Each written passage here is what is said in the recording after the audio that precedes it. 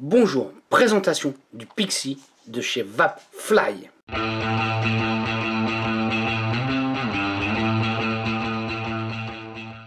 Le Pixie vous sera présenté dans cette boîte-là. Alors, celle-ci, c'est juste une protection. Le message est en anglais, mais vous, ça sera en français. C'est maintenant, avec les nouvelles lois, on est obligé d'afficher ce genre de choses. Donc on va aller voir un petit peu la boîte. Moi ce qui m'intéresse surtout, et ça continue chez Vapfly et c'est ce qui me plaît, c'est qu'ils ont pensé à faire des bandes de garantie à ce niveau là quand vous le recevez. Si les bandes sont défaites, donc c'est que la boîte a déjà été ouverte. Ça, c'est pas si bête que ça. Moi je trouve ça important. J'aime pas devoir utiliser un atomiseur qui a déjà été ouvert, on ne sait pas ce qui a été fait avec. Là ça prouve comme quoi il n'a pas été ouvert. Donc, qu'est-ce qu'on va regarder? Qu'est-ce qu'on va avoir à l'intérieur exactement? Ils vont nous proposer deux coils avec le coton de chez Vapfly. D'ailleurs, on va servir des coils. On va voir un petit peu ce que ça donne, ce type de coil-là. Est-ce que c'est vraiment intéressant? Nous allons avoir une petite clé Allen fournie avec. Et nous avons ce fameux Pixie qui est présenté comme ceci. On va aller voir un petit peu les avantages, ce genre de choses. Je le mets de côté. Je continue un petit peu à démonter pour voir ce qui nous réserve juste en dessous. Voilà. Donc ce qu'on peut voir, c'est qu'ils nous fournissent un tournevis assez classique qu'on peut retrouver partout. Ceux qui ont l'habitude d'acheter des atomiseurs, ils vont l'avoir en plusieurs fois. Je continue un petit peu. Nous avons une pochette avec des O-rings. Un airflow un petit peu particulier d'ailleurs que je vais sortir de la boîte. Hop. Et nous avons un pin non BF. Alors il faut savoir que à la base c'est ce pin là qui est fourni, le pin non BF qui est déjà installé. Moi je l'ai placé en BF parce que j'estime que ça va être un atomiseur pour le BF. Ce qu'on va voir, c'est à ce niveau-là, c'est cette petite partie-là. Ça va nous permettre de faire le réglage de l'airflow et on va voir ça ensemble. On va aller voir un petit peu les dimensions de cet atomiseur-là. Nous sommes exactement à... Alors, que je prenne bien la mesure. Alors, nous ne faisons pas tout à fait 22 mm, nous faisons 21,7 mm.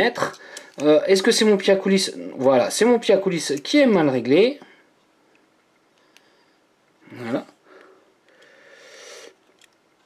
Voilà, nous faisons vraiment bien 22 mm. En hauteur, nous sommes quand même sur quelque chose de relativement compact, puisque nous faisons 24,2 mm de hauteur. Donc un petit atomiseur compact qu'ils nous ont fait, comparé à ce qu'ils ont pu nous faire. Donc comme on peut voir, nous avons un airflow à ce niveau-là, qui est ouvert en grand. Nous avons un autre qui est petit ici, si on souhaite une vape plus serrée. Tout simplement, voilà, en démontant le top cap, on va l'installer sur un trou. Et là, on aura une vape beaucoup plus serrée. Voilà. Nous avons un drip tip en 510 qui est fourni avec. Donc je démonte. Donc voici le haut du top cap. Ici, à ce niveau-là, nous sommes légèrement taillé en dôme, ce qui n'est pas plus mal. Pour la serveur, généralement ça marche plutôt bien, ça fait son job. Je continue un petit peu. Voilà, et ça va être à ce niveau là qu'on va pouvoir régler l'airflow. On va le démonter ensemble. Donc je vais prendre la petite clé Allen par exemple pour pousser. Alors ça se fait facilement, hein, c'est vraiment pas dur. Je vais récupérer les deux petits ergots. Voilà, j'ai démonté mon airflow à 3 trous et je vais installer mon airflow qui est complètement plein pour avoir quelque chose de plus aérien. Je trouve ça pas si bête que ça. Et je trouve ça même d'ailleurs plutôt bien pensé. Voilà. Et comme on peut voir, l'airflow est en biais qui va taper directement sous le coil pour pouvoir remonter. Voilà. Alors voilà, ça va être à ce niveau-là. Ça redescend, ça tape en dessous du coil pour pouvoir remonter. Nous sommes sur un plateau relativement, je dirais pas basique, déjà vu, mais qui fonctionne bien. Alors ce qui est très intéressant, c'est qu'on va pouvoir voir à ce niveau là. Alors je vais, voilà, On va pouvoir voir à ce niveau-là, ça c'est la pin BF. Le pin BF, l'avantage c'est qu'ils nous l'ont mis en hauteur. Comme on peut voir, nous avons une belle hauteur par rapport à la cuve, qui fait que quand on va se conquiller, ça va vraiment bien remplir la cuve. Et non, l'inverse, quand on va se conquiller, ça ne va pas être réaspiré par le pin BF. À ce niveau-là, nous avons des encoches pour pouvoir placer la barre pour pouvoir installer le coil. Et ici, à ce niveau-là, nous avons un petit téton, tout simplement avec le top cap pour pouvoir le placer sans devoir qu'il bouge et pouvoir régler l'airflow. Nous allons se faire un petit coil ensemble, un petit montage. Je vais utiliser les coils qui sont fournis dans le sachet. On va voir en même temps ce que ça nous donne. Donc là, c'est un coil sur un axe de 3 mm. Il nous donne pour une valeur à 0,35 ohms et on va voir ça ensemble. On va voir le positionnement s'il se fait facilement. Voilà, pour le moment rien à dire.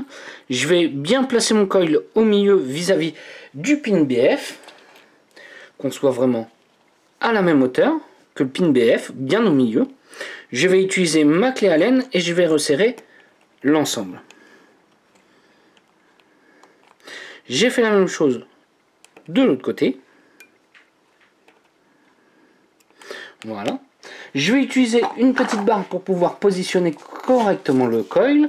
Donc comme ils nous disent un coil sur un axe de 3 mm, j'utilise une tige de 3 mm. Je reprends, je replie et je vais finir de serrer.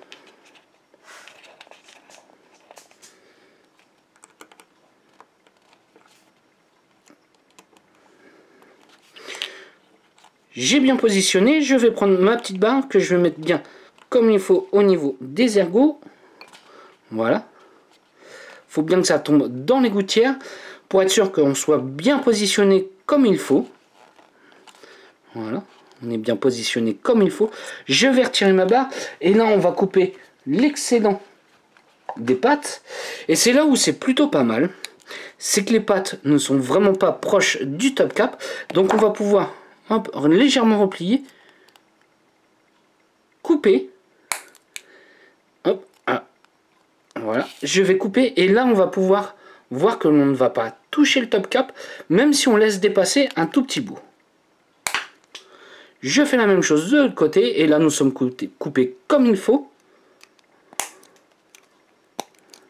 Nous sommes coupés comme il faut, on risque pas d'avoir un court-circuit en touchant les pattes avec le top cap. Je vais stabiliser ma résistance, je vais utiliser une box électro. Alors comme on peut voir, ça chauffe pas correctement, ça c'est normal puisque c'est du NI80 avec du Cantal. Je brosse un petit peu. Alors généralement quand c'est un petit peu long à stabiliser, c'est que c'est plutôt bon signe. Ça veut dire que le fil est de qualité. On va voir vraiment à la vape si ce fil là est vraiment bien. Voilà, alors ça va commencer à pas tarder à être bon.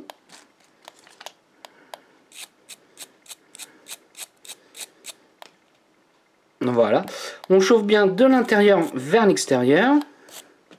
Est-ce que nous avons une belle couleur vis-à-vis du col? Oui, on a une belle couleur légèrement bleuie. Alors je ne sais pas si ça se voit bien à la caméra. Nous sommes, hop, comme ils nous disent... Alors normalement ils nous disent que nous sommes à 0,35, je suis plutôt à 0,43 ohms comme vous pouvez voir. Donc oui, attendez une valeur un petit peu plus haute que 10.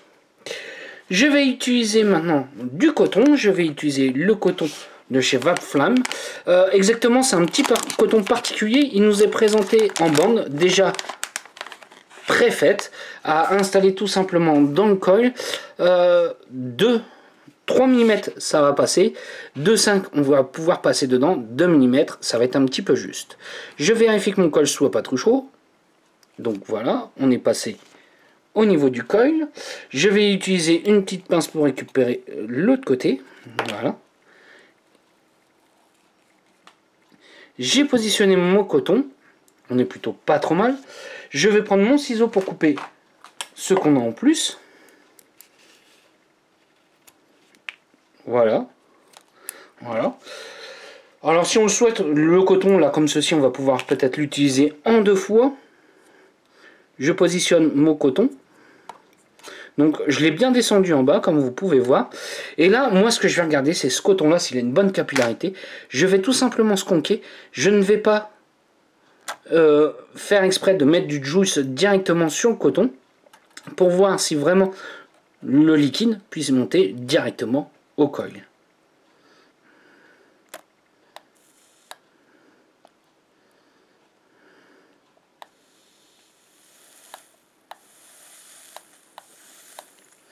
Alors le coton comme vous pouvez voir il est bien imbibé. Je vais shooter 2-3 fois à une valeur suffisante. Je suis à 0,46 ohms, je suis à 40 watts, 4 volts 2. Bah écoutez ma foi ça a l'air d'envoyer plutôt pas mal ces petits coils. On va surtout voir ce que ça donne au niveau de la vape, voir si on n'a pas de goût résiduel, ce genre de choses. Je vais réinstaller le top cap. Donc là comme on peut voir j'ai laissé l'airflow le plus grand. Il faudra bien viser pour mettre bien l'airflow au niveau du coil. Si on l'a mal mis, vous pouvez voir qu'on a un léger déport, donc il va falloir voilà, jouer un tout petit peu. Voilà. Et là, nous sommes bien au niveau du coil, comme on peut voir. Je vais finir par la dernière chose, le haut du top cap, et on va pouvoir le régler, voilà, comme ceci, un peu plus, un peu moins ouvert.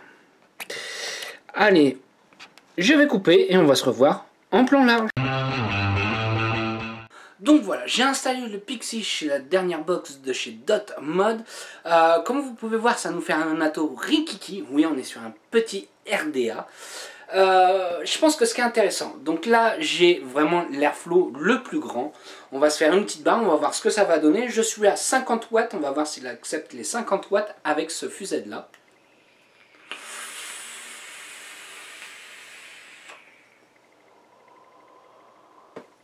Voilà, on en voit plutôt un beau nuage, malgré qu'il ne soit pas fait pour le cloud chasing. Moi, j'ai toujours un souci avec les airflows que d'un seul côté. Là, le fait que le coil soit bien mis sur l'extérieur et l'airflow tape directement, je trouve qu'on a une très bonne saveur avec. On n'a pas un problème de tirage. Moi, je préfère toujours quand les atomiseurs ont 2 airflows de chaque côté. Là, cette fois-ci, on n'en a qu'un, mais ça fonctionne très bien. Au niveau de la vape, la saveur, ce genre de choses, qu'est-ce que ça va donner? Ça se défend plutôt pas mal pour un RDA de cette qualité-là et ce tarif-là. Je trouve que ça débrouille vraiment très bien. On est vraiment pas cher, je crois qu'on est aux alentours de 20-25 € sur ce type d'atomiseur-là. Donc c'est vraiment pas cher.